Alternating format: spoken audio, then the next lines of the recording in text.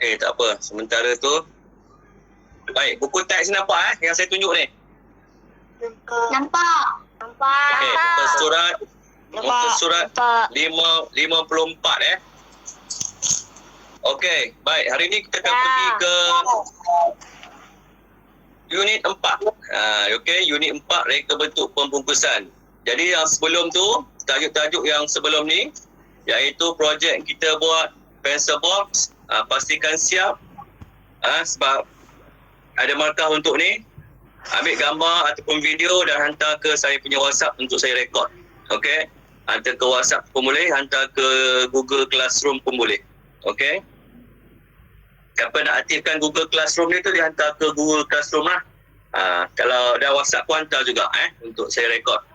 So siapa yang buat ni ada markah untuk itulah. Okey. Ini kena siapkan ini projek yang kena siapkan. Sebab kita akan pergi ke tajuk yang seterusnya. Okey, baik. Reka bentuk pembungkusan. Okey. Apa yang dimaksudkan dengan pembungkusan ni? Pembungkusan ni ialah barang-barang yang dibungkus lah. Barang-barang yang dibungkus dengan pelbagai jenis. Dengan pelbagai jenis. Awak tengok muka surat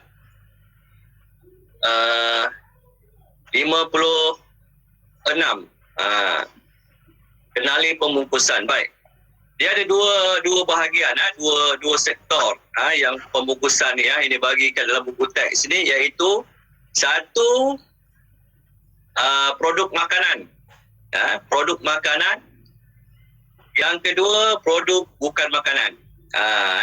Jadi dia bahagi kepada dua jenis.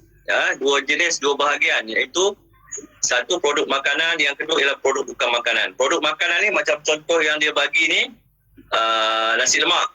Macam-macam orang buat pembungkusan nasi lemak. Saya ada sediakan sikit contoh seperti awak tengok sini. Yang ni nampak tak? Ini pembungkusan. Ini pembungkusan nasi lemak. Cuba kita tengok. Dalam dunia zaman hari ni, zaman perniagaan, dalam orang buat bisnes. So cara orang nak buat untuk menarik pelanggan, okey, selain kalau menu berasaskan makanan ni macam nasi lemak ni kan, dia yang pertama sekali dia mesti sedap lah. Benda-benda makan ni yang pertama, kalau dia nak kekalkan perniagaan dia tu lama, dia nak dapatkan pelanggan yang ramai, dan dia akan nak mengekalkan pelanggan yang membeli dia punya bahan-bahan makanan dia, tak kisahlah nasi lemak ke, kuih-muih ke, apa sajalah yang berasaskan makanan ni, yang pertama dia kena kekalkan dia punya rasa sedap tu. Sebab biasanya kalau dia berjaya mengekalkan kesedapan makanan yang dia buat tu, biasanya dia akan dapat kekal lama dalam bisnes ni. Sebab orang akan datang beli kali pertama, bila orang rasa sedap, dah tentu orang akan terus membeli kali kedua, kali ketiga dan seterusnya, akan jadi pelanggan yang kekal. Orang akan terus beli kat dia je lah kalau sedap, kan? Betul tak? Okey, kita tengok contoh-contoh orang berniaga. Nasi lemak. Nasi lemak ni ialah satu menu yang favourite lah rakyat Malaysia kan.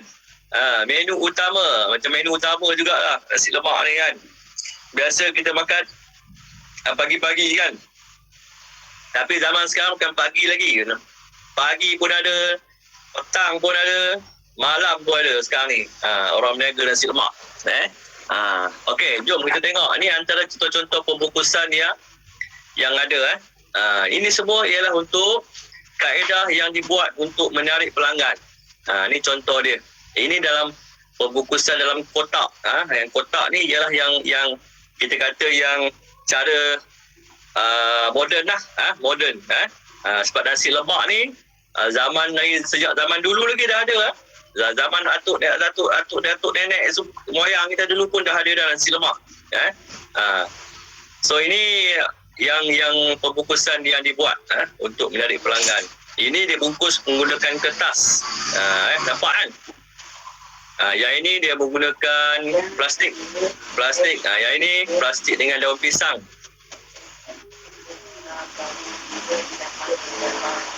Yang inilah nasi lemak asal usul dia. Nasi lemak dulu dibungkus menggunakan daun pisang saja, kan. Tapi yang moden sikit, dia bungkus menggunakan pisang dengan surat khabar. Yang ini yang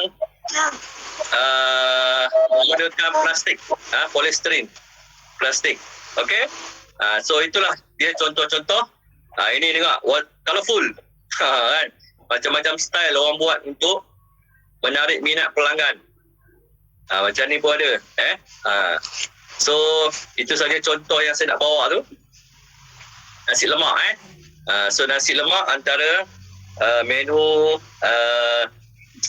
yang menjadi kegemaran rakyat Malaysia lah. Jadi macam-macam style orang buat pembungkusan. Jadi pembungkusan ni penting. Yang pertama sekali ialah untuk menarik minat pelanggan. Untuk menarik minat pelanggan. Yang kedua, untuk memastikan makanan dalam pembungkusan itu dapat tahan lama, tak cepat basi. Okey, tak masuk angin, tak masuk semut-semut binatang, tak masuk habuk. Jadi pembungkusan itu penting.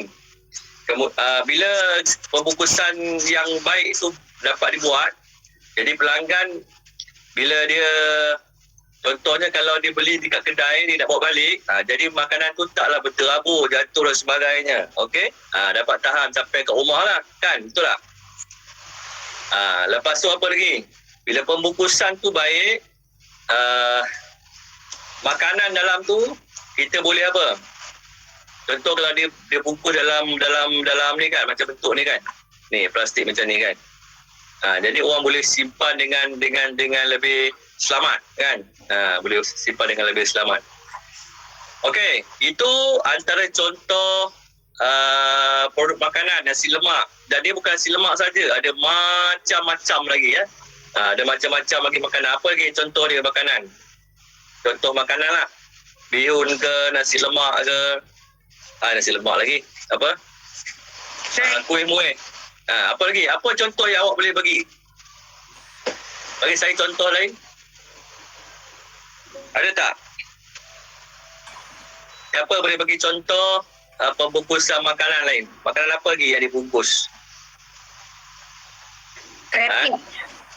Krepek. Okey, bagus. Apa lagi? Keropok. Mi goreng. Keropok. Keropok kan. Gula-gula. Gula-gula. Kalau awak tengok dekat mana kedai-kedai Speed Mart ke, kedai-kedai stesen minyak ke, pasar raya ke, kan? Apa lagi? Macam minuman minuman bertin tu kan? Air minuman bertin tu macam-macam style dia orang buat sekarang, betul tak? Ada. Kalau awak pergi tengok dekat stesen minyak tu, awak tengok dia punya peti ais air tu kan, bersusun botol-botol air minuman yang pelbagai bentuk, pelbagai jenis, pelbagai rasa, pelbagai design. Macam tu juga dengan keropok-keropok kering dan sebagainya. Macam-macam design dibuat untuk menarik minat pelanggan. Okey. Yang pertama, bila dia bungkus, tadi saya dah bagi tahu tadi, untuk apa? Untuk menarik minat pelanggan supaya makanan tu tahan. Okey, macam keropok-keropok, air minuman tu dia ada punya tarikh luput. Awak kena ingat satu perkara, produk makanan ni dia tak boleh tahan selama-lamanya macam produk bukan makanan ni. Produk makanan ni dia ada tempoh hayat dia, sampai masa dia akan busuk dan dia akan basi. Jadi pembungkusan ni sangat penting supaya makanan yang dibungkus tu tadi, dalam bentuk tin ke, dalam bentuk plastik macam mana pun, dia akan dapat dipanjangkan tempoh hayat makanan tu. Macam awak pergi beli dekat mana Speed Mart, keropok ke apa, minuman ke apa, dia mesti ada tulis apa? Siapa tahu? Luput, tarikh luput. Yes. Dia akan tulis tu, guna sebelum. Betul tak? Dia kena ada tulis tu. Guna sebelum. Guna sebelum tu maksudnya tarikh akhir untuk makanan tu apa? basi kan, dah tak boleh makan dah, dia bergulat macam apa roti gardenia ke apa kan. Itu lagi tempoh hayat dia lagi sekejap. Dalam 3-4 hari, saya ingat 5-6 hari saja dah tak boleh makan dah. Jadi bila beli produk makanan macam ni yang cepat basi ni, awak kena tengok dia punya tarikh luput dia tu. Guna sebelum bila, berapa hari lagi. Kalau 3-4 hari lagi okeylah, sempatlah kita habiskan makanan tu kan. Jangan esok dah tarikh luput, hari ni awak beli. Jangan. Nanti kan tak sempat makan roti, tak sempat makan makanan tu, dah tarikh luput dah basi.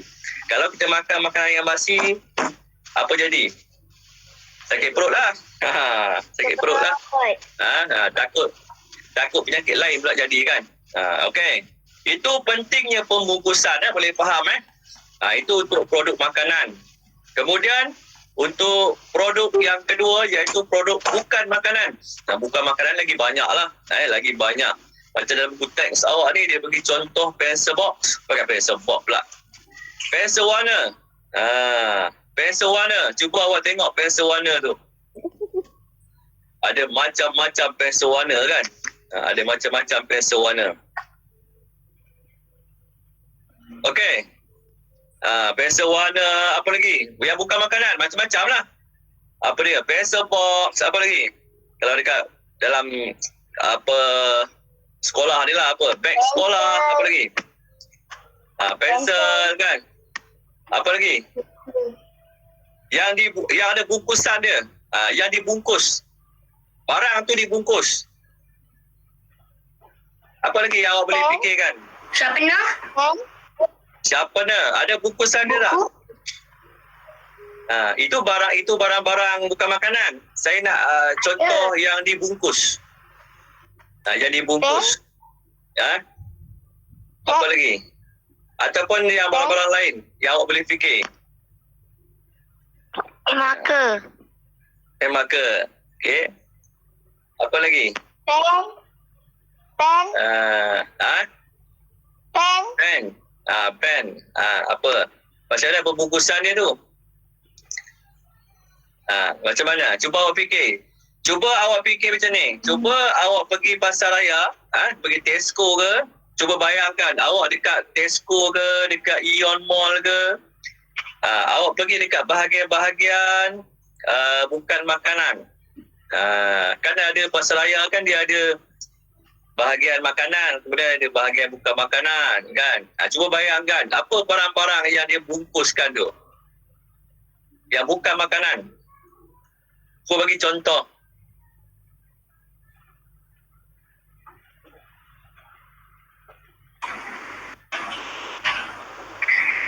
Ada? Boleh? Ada idea? Any idea?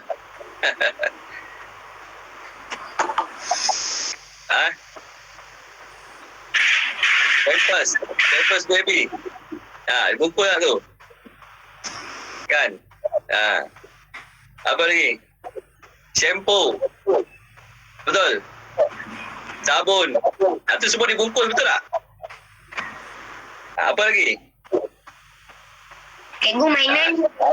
Mainan. Barang-barang mainan. Dibungkuskan dalam kotak-kotak tu kan? Apa lagi? Pampers. Mercun. Mercun. Mercun. Mercun. Boleh lah mercun. Apa lagi? Fikirkan cepat.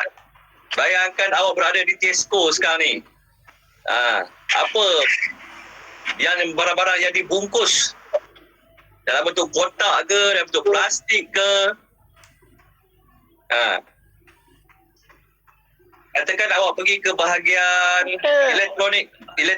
Bagi elektronik. Apa dia?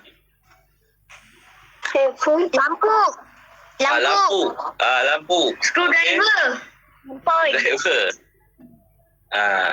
Okey, nanti cuba dapatkan dia punya contoh-contoh tu yang bukan makanan. Apakah barang-barang yang dibungkus dalam bentuk bungkusan lah, dalam bentuk bungkusan ni macam-macam bungkusan, macam-macam style lah. Ada yang dalam bentuk kotak, ada yang dalam bentuk botol, ada yang dalam bentuk plastik kan. Kalau awak pergi bahagian kosmetik tu, awak boleh tengok kotak-kotak bedak kan, botol-botol bedak, botol-botol shampoo, botol-botol Colgate kan. Apa lagi? Macam-macam lah kan. Semua tu dibungkus, dibungkus dengan pelbagai cara bungkusan. Yang kita nak belajar ni ialah tajuk pembungkusan ni. Jadi macam-macam style manusia membungkus barang-barang mereka itu supaya dapat menarik. Yang penting, yang pertama tadi saya sebut, bila kita buat bungkusan ni, dia mesti menarik. Sebab kita buat tu untuk kita jual. Bila kita nak jual, orang nak beli tu, dia mesti tengok yang pertama, bungkusan tu, first impression dia, bila dia tengok barang aku je, wow. Dia mesti ada wow. Cantiknya. Dia kata macam tu. Bila dia tengok tu, dia dah tertarik kan dengan kecantikan bungkusan kita tu, barulah dia akan pergi tengok barang tu, kualiti pula, kualiti bagus ke tak bagus. Dia tengok harga pula, dia tengok expired date pula kan. Dia tengok apa pilihan-pilihan warna yang dia ada kan. Macam tu lah. So pembungkusan ni penting. Bila kita pamerkan dekat rak, dekat kedai tu, orang pelanggan ni bila dia lalu tengok je, wow, cantiknya, lawanya kan. Baru dia akan membeli. Itu barang-barang yang bukan makanan. Okay? Alright. So kita dah terang sikit. Saya dah terangkan sikit, dapatkan gambaran sikit macam mana pentingnya pembungkusan ni. So dalam buku teks awak ni ada dua lah, dibagikan kepada makanan dan juga bukan makanan. Okay, baik. Seterusnya, buka muka surat 57. 57 ni ialah ciri-ciri pembungkusan yang baik. Ciri-ciri pembungkusan yang baik. Tadi saya dah sebutlah sikit-sikit sebanyak kan. Okey, mari kita tengok. Yang pertama sekali, dia mesti mesra alam. Ini ciri pembungkusan yang baik. Mesra alam ni maksudnya apa? Pembungkus biasanya diperbuat daripada bahan mudah lupus. Bahan mudah lupus dan tidak mencemarkan alam sekitar. Ini biasanya orang buat pakai kotak-kotak lah. Kalau plastik, dia lambat. Lambat luput. Dia payah nak hancur dalam plastik. Sebab tu banyak sekarang ni kalau pergi kedai pun dah tak pakai straw, betul tak? Air minuman kan? Dia bagi straw yang kertas tu kan, betul tak? Siapa pernah minum? Saya. Ada kan? Sekarang kerajaan ni pun straw pun dah tak ada. Ada kedai yang straw pun tak ada. Dia bagi gelas macam tu je.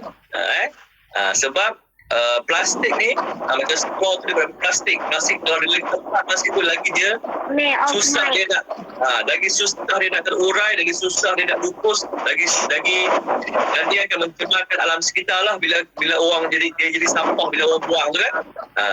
Jadi yang pertama, pembungkusan produk yang baik dia mesti mesra alam. Yang kedua, dia mesti mudah disimpan. Macam buka mikrofon tu tertutup. Okey, terima kasih. Mikrofon tutup sekejap. Bila saya terang ni, mikrofon kena tutup. Bila saya tanya, baru on balik. Okey ya? Okey. Baik, yang kedua, dia mesti mudah disimpan.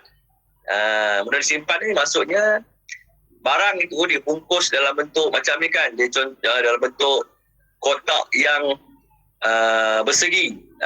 Kalau yang dalam bentuk yang bulat, melengkung dan sebagainya tu, kita susah nak simpan. Jadi bentuk yang ringkas. Mereka bentuk yang ringkas memudahkan penyimpanan. Jadi yang lebih bersegi, berkotak macam ni, kita senang nak susun dan sebagainya. Mesti mudah disimpan. Yang ketiga, ada maklumat pelabelan. Label makanan tu. Tadi kita dah sebut tentang tarikh luput dan sebagainya. So barang-barang makanan ni, pembungkusan untuk barang-barang makanan terutamanya, dia mesti ada nama produk. Kek pisang contoh kan. Kek pisang. Dan dia mesti ada maklumat pelabelan dia yang lain. Yang pertama sekali, bahan-bahan yang digunakan. Apa bahan yang digunakan. Macam kita beri makanan ni, macam kita orang Islam ni, mestilah nak tengok halal ke tak halal, betul tak? So maklumat label halal tu penting. Kalau makanan tu makanan untuk dijual pada orang ramai di pasar raya, kedai sebagainya, maklumat tentang label halal tu penting. Di Malaysia ni lah, sebab kita ada ramai orang Islam kat sini kan. So bila ada logo halal, kita pun pelanggan akan beli dengan senang hati lah. Dia tahu makanan ni makanan halal. Bila produk makanan ni adalah benda yang nak masuk dalam badan, benda yang kita nak makan. Jadi dia kena halal. Jadi dalam pembungkusan tu, kalau ada cop halal, dia akan menjadi extra value lah pada barang tu. Okey. Kemudian dia kena ada apa? Macam contoh ni dia tunjuk ada barcode. Barcode ni satu bentuk bar, kod ni lah, dalam bentuk bar ni untuk kita scan, tengok harga. Kemudian dia kena ada tarikh luput. Ini antara maklumat pelabelan yang penting yang kena ada pada produk makanan. Okey? Nanti awak boleh tengok, boleh cek. Mungkin sebelum ni awak tak pernah cek pun.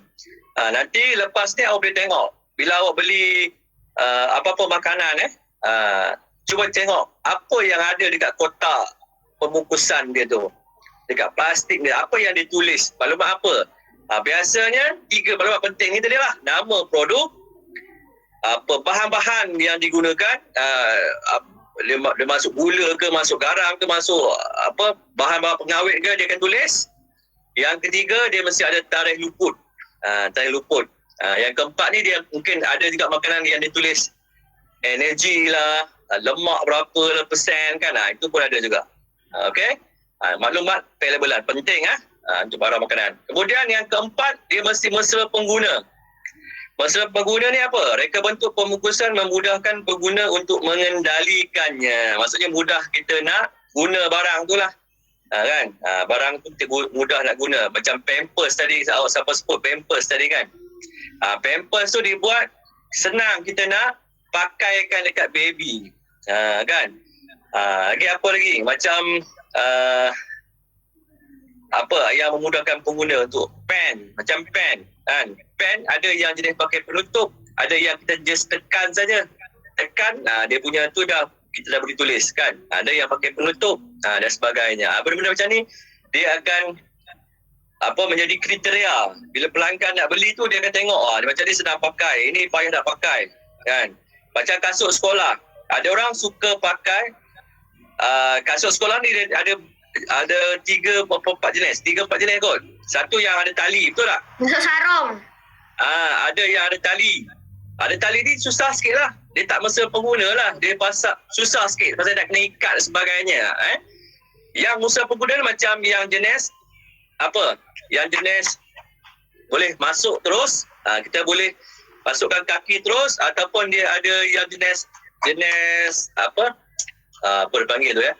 Kita just zip je macam tu je. Lekatkan macam tu je. Macam tu senang. Yang tu yang kita berkatakan mesra pengguna tu. Okey. Yang kelima apa? Kekalkan kualiti. Mereka bentuk pembungkusan melindungi produk daripada udara dan mudah rosak. Tadi saya dah sebut kan. Pembungkusan tu penting untuk tempoh hayat barang yang lebih lama. Okey. Ini antara ciri-ciri pembungkusan yang baik. Dalam buku teks awak ni dia bagi 5 mesra alam, mudah disimpan, maklumat pelabelan, mesra pengguna, kekal kualiti. Okey, boleh faham ke? Boleh.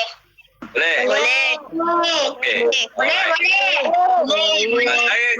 Saya baru cover dua topik. Yang pertama tentang pembungkusan tadi, produk makanan. Yang kedua kita terang tentang produk bukan makanan, kepentingan pembungkusan tu. Kemudian kita tengok ciri-ciri pembungkusan produk. Okey. Dia ada lagi lepas ni kepentingan reka bentuk, dan inilah projek yang kita akan buat, iaitu mereka bentuk sebuah bungkusan dalam bentuk kotak. Ini kita akan buat minggu hadapan. Saya tak nak terus pergi kita tak nak habiskan dalam masa 1 hari ni, sebab kita dah 8.40 dah. Tadi saya kata saya nak habiskan awal. Ini contoh awak boleh tengok lah dalam buku teks awak. Kita akan buat projek ni. Mungkin projek ni lebih mudah sikit lah berbanding awak buat kereta ataupun pencil box. Sebab ini buat kotak aja, so ini lebih senang lah. So ini kita akan buat pada minggu hadapan. Jadi awak get ready lah. Nanti saya akan bagi tahu barang-barang dia, ataupun awak boleh lihat sendiri dekat dalam buku teks ni barang-barang dia. Kita akan pakai kotak, kita akan pakai gam kan. Ada tali dan kemudian hiasan lah, barang-barang hiasan tu. Okey, baik. So untuk hari ni kita akan setakat ni saja dua subtopik ni lah, iaitu tentang kenali pembungkusan dan ciri-ciri pembungkusan produk. Baik, sekarang ni buka buku tulis. Buka buku tulis sekarang. Bukakan buku tulis. Saya nak awak salin dalam buku tulis awak sekarang yang ini. Ni saya dah siap. Nampak tak ni? Tak nampak. Nampak. Nampak Tak nampak. Tak nampak. Tak nampak? Tak nampak. Tak nampak. Tak nampak. Cikgu salin tu ke? Salin ni sekarang. Ini je ke cikgu? Tak ada jawapan Ini je ke? Jawapan tak ada Jawapan apa? Cikgu tak Ini jawapan. Ini bukan soalan. Ini nota. Bahan. Nampak lah. Ini bahan. Tak nampak. Zoom lah. Tak nampak? Cikgu, bahan ni nanti kena buat ke? Belum lagi. Jangan buat apa-apa lagi. Nanti minggu depan saya akan cerita. Hari Jumaat. Minggu depan hari Jumaat. Hari Jumaat. Minggu depan hari Jumaat saya akan ceritakan apa yang kita nak buat. Sekarang ni awak salin ni dulu. Sedikit nota ni. Tulis hari dengan tarikh hari ni Jumaat 21/5.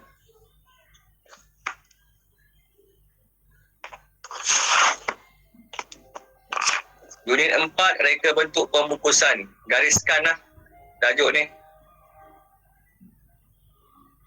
Tulis sekarang cepat ya. Sebelum masa kita habis. Ada sikit je ni, tak banyak. Tentang tajuk topik yang kita dah belajar hari ni iaitu pembungkusan. Ada dua sektor ni, dua jenis. Dua bahagian. Dua bahagian.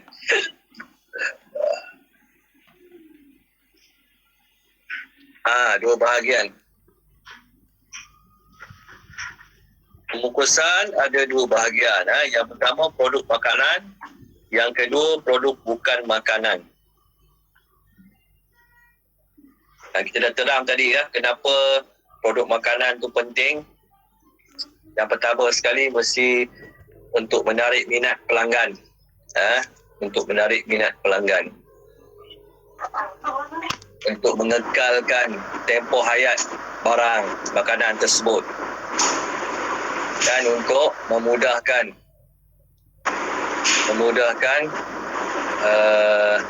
pembawaan barang tu, tak mudah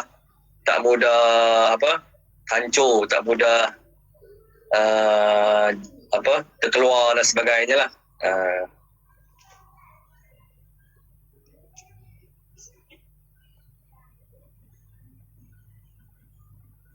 Okey, salin cepat ya.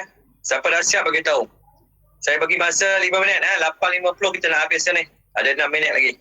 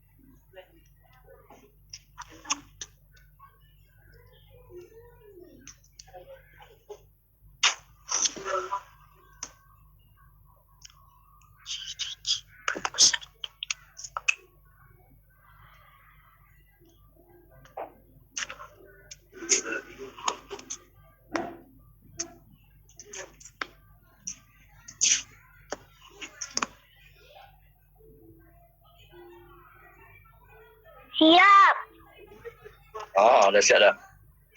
Okey. Siap. Okey, kita tunggu kawan-kawan lain.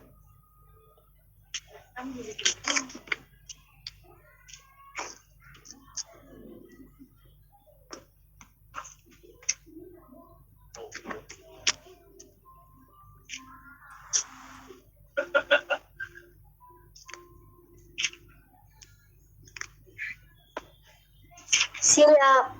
Dia nampak kan tulisan ni kan? Kecil ke kecil sangat? Dah siap. Besarkan sikit. Dah siap. Ah. Saya kecil gula boleh. Dia tahan. Oh.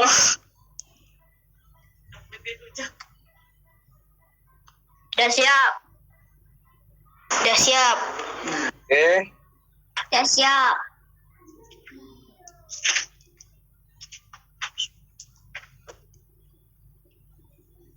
Ada dah semua dah. Dah buat apa?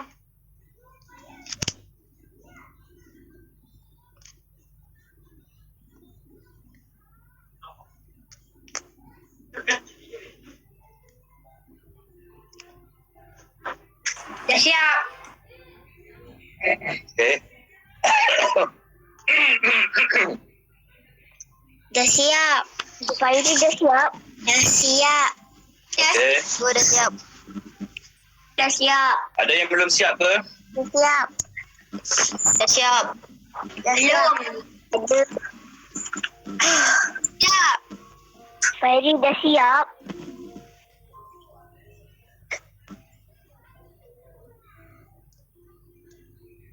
Siapa yang belum siap? Saya. Ada tak? Cepat-cepat. Saya.